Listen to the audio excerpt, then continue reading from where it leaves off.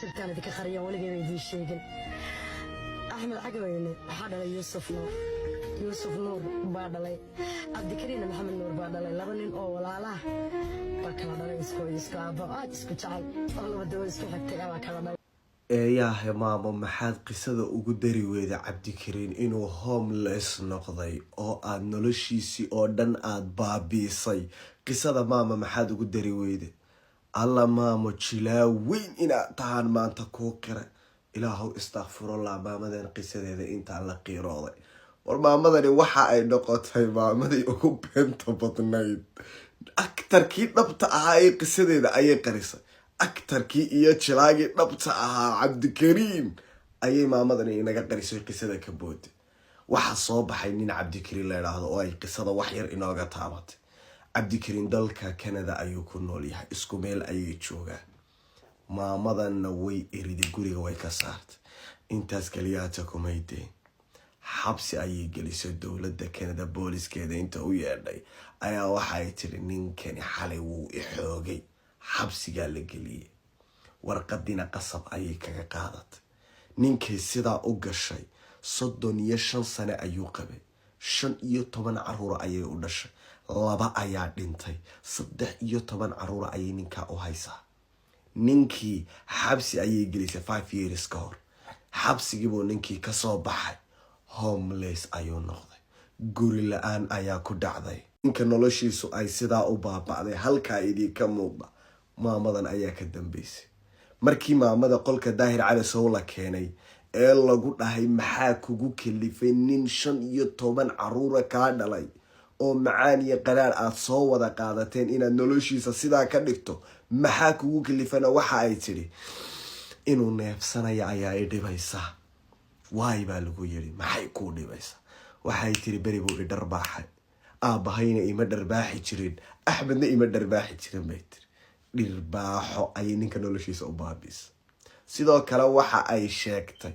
ninkan Cabdikariin inaanay jeclaynba ninka 15 caruur ka dhalay ma baan jeclayn bay iska soo jartay maamadani ar inda adaga kiiska aan la siyaabay waxa weeye oo ay maamadani tiri waxa bay taagantay ninkan maxlal ahaan ayaan u guursaday maxlalku waxa weeye hadaanad garaneen walaal ninku markay gabadh isqabaan ay gabadhii kala tagaan oo ninkani 3 dalaaqo ku furo tusaale ahaan islaantan nin Axmed la yiraahdo nooga sheekeyn jirtay ma isqabeen Axmed markii ay ka hilaastay uu Axmed naag labaad guursaday waa tii ku tiri ifur Axmed 3 buu furo 3 dalaaqo ayuu ku furo Axmed iyo iyadu isku may soo noqon kareen ilaa hodan uu nin labaad soo guursado kadib iyada mission bay samaysayo Cabdikariin baa guursaday iyada ayaana rabtay Cabdikariin inuu in yar qabo oo uu furo si ay Axmed ugu noqoto Cabdikariinna waaba furi waayay islaantii markuu dhadhamiyay waabuu furiba waayayba 15 caruur kaga dhalay sidii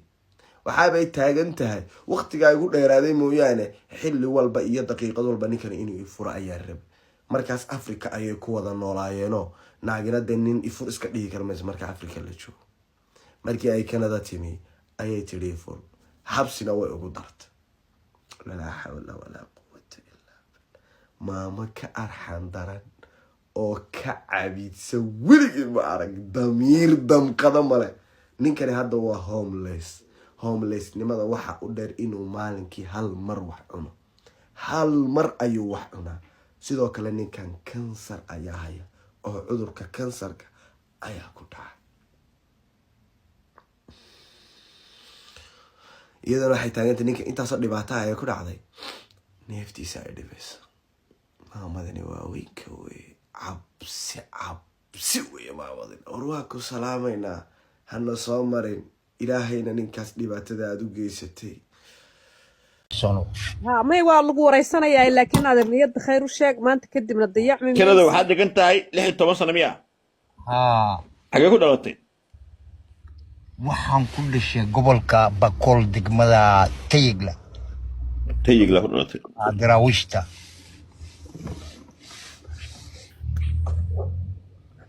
naagta qata maxaa la magaca saddexaad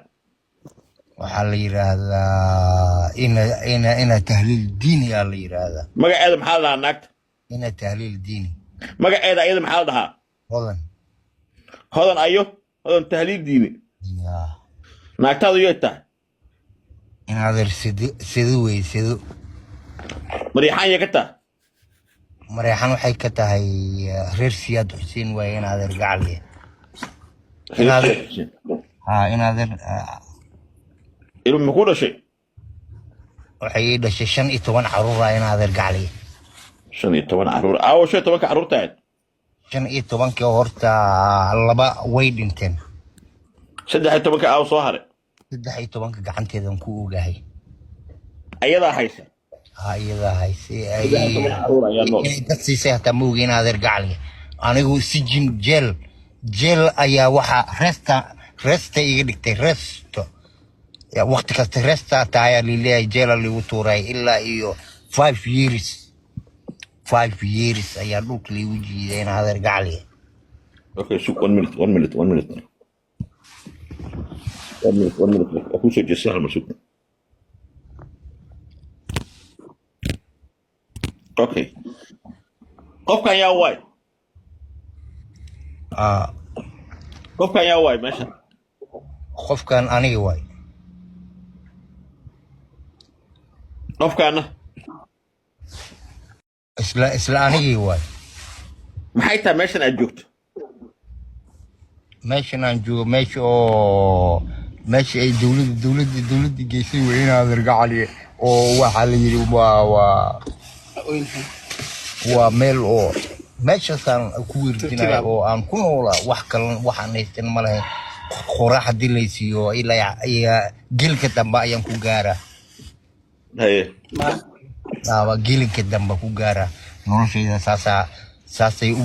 loo gubay noloshay nolol maysan in adeer gacaliye ma fahantay su'aal iga sheekay nin shaqaysan karana ma ihi nin waxaan ahay ma qasana jira tahay ninka la yiraahdo Cabdikariim Maxamed Nuur oo Saalimsay loo yaqaan waxaan jiraa 60 iyo wax la jiraan jira laakiin da'da wadankan ku soo galay waa 52 1971 January 1st ayaa wadankan ku soo galay aan ku eletraan ka yimid gabadha aad qabto ilaa hodan tahriir diini ma gabadha ka sheekay jirta qashada Axmed Bah Axmed maxaa sutiin Axmed ilmaadeer baan naynay markay guursanaysayna ma ogeyn markay kala tagayaan ma ogeyn inaadeer anigu qurbadaas ayaan joogay Yemen baan joogay markaan imaaday waan usbarnay nin wiilgay ma guursan bay tireen adeer wiilgay nin ma barkin mana guursan isma bana qaano hadda iyo waxaan nahay kow adeeg iyo aniga in adeer okay wait 1 minute baan ku guursaday in adeer gacaliye ma fahantay markii dambana intay kuwa ciidan ii dhiibtay ayaa waxay dhahday iyo idin ka dhaqaaqay ninkan egta okay way video ma daawat baastarka oo kaamirada Cabdikariim ka daba wado oo kaamirada ninkan waalan oo naagtii saaxiibtay oo furniture-kayga u furay cuntadayda siinay gurigay ku soo macsuumay doofaarkii ka macsiiyaystayo oo intay shahwadiisa qaaday caano ugu dartay oo siisay oo dhaanteeyo nijaasada banaanka la geeyaa nijaaso iyo xaaraan iyo macsuulo waa in banaanka la istaajiyaa banaanka gabar muslimada oo daahira oo islaana oo ashhadu an laa ilaaha illa allah wa ashhadu anna muhammadar rasuulullah لا إله إلا الله محمد رسول الله أنا مسلم مركا أن قفك عقابتي سمرنا يو أنا قول إلهي لقرد قرنين أن قرد أنا يا إلهي أنا أوكي واحد أي شيء قبل أن معك جرى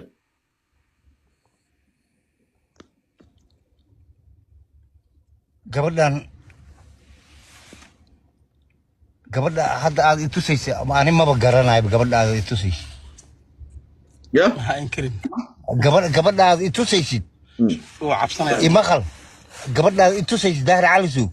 قفتي أو طبعا إدور عشان طبعا عرور كل شيء أو جيل كودرته ودن كلا أدي أو أديكو خلن hataa ninkaas wadanka isla soo gasheen dhihi weysay aragti iska daa maxaa isku leediin maya taas waa ogaa in lagu dhibaateeyey inaa xanuunno qabto wax oo dhan waa xogtaada waa hayaa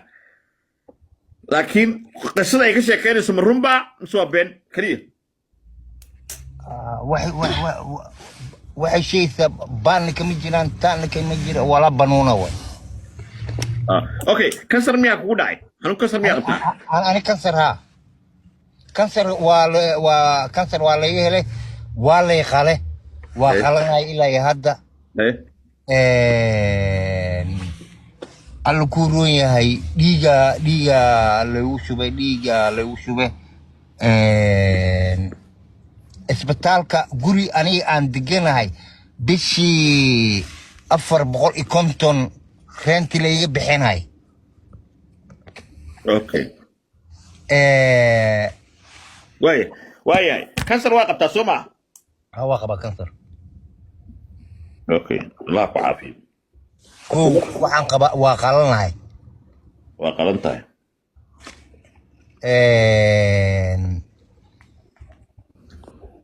xanuun kaloo Canada magaalada ka degan tahay Canada waxaan ka deganahay waxaan deganaan jiray Windsor Ontario hadda xagga joogtaa right now waxaan joogaa Ottawa oo nabadgelyo aan u imaaday Ottawa naf baan la soo cararay oo waxaan oradan ku imaaday naf okay Canada citizen ma tahay passport Canada ma leedahay passport Canada مليه والو سمينا سورينا لا يقال ليه ما نسمين اوكي اي waxaan rabaa hadda waxaan soo gaaray qaybta qisooyinka inaad iga sheekayso maxaa adiga iyo hodan tahliil diini idin kala dhex maray noloshaas isugu dhacday maxaa dhibaato kugu dhacay si ilaahay kugu og yahay oo run nooga sheekay qaybtan soo gaarnay alla ku roon yahay iyadoo xaamilo oo walacay tahay walac mise xaamilo walacay iyadoo walaca xaamilo ma waa walacay ayay waxay tiri dhakhtarkan aade raajatu iga soo qaaday raajatadii iga soo qaaday wakan bal eeg muxuu ku yidhi dhakhtarku wuxuu yidhi uuraad leedahay اوكي انا اسلا ورد leedahay ayuu takhtarka yiri markay tiri ayay ani ilmahan cunto u karina kushiinka dharkan u dhaqa gurigan ku jira qoftii oo wiriga kelmad xun ay dhayn oo ay cunaysaan waa ka dhuuntay guri kaloo wiil mareexan uu leeyahay gurigiisan tee Ismaaciil la dhahay salgay meeshan dhigtay meeshan iskaga tukanaa meeshan iskaga baashaala telefoon ali soo direen waxa la yiri qoftii hodan telefoon gurigeed waa ka go'an yahay telefoonkaagu u geey telefoonkii ayaan u qaaday telefoonkii aan u geeyey telefoonkii u geeyey dhehe ayay la hadashay waxaan waa soo tukanaa duhuraan soo tukanaa jubbaan aada jubba isii telefoon telefoonkiisii telefoonka maxaad ii dhiibatay tiri ya maanaad wax ii dhiibatay war telefoonka iyuge lagu yiri aan ku keenay isii telefoon telefoonkiya dafka siiye waa carray jubbaan aaday mawlac oo maqaayadda isku taal hoosaan kusoo tukaday mawlaciyaan ka soo laabtay gurigii ilmaha imaaday gurigii ilmaha oo bismintii hoose biyo buuxsameen oo madow ah ayaan arkay biyaan ka daldalay markiiba booliis ayaa meeshii ugu imaadeen layidhi abanti soo bax war maxaa oo dhib a jiro may abanti soo bax katiina waa lay katiineye waxaa lii wada allu ku roon yahay jeelka runti jeelka lii waday jeelkan 3 bilood ku xirnaa haye markii jeel ka soo baxayn iyadoo guurtay aan imaaday guriga ka guurtay oo dam ah haye waardii iyo ataagii maalintii lagu qaaday ha ilaa hadda ku tagnay ilaa now meeqa sana ka soo wareegtay 5 years 5 sano oo hal mar fursad faraaqa aan helin oo xornimo ah 5 years lawyer ma qabsan kartaa leeyahay waxaad qabsan kartid malahan adigoo dhan mar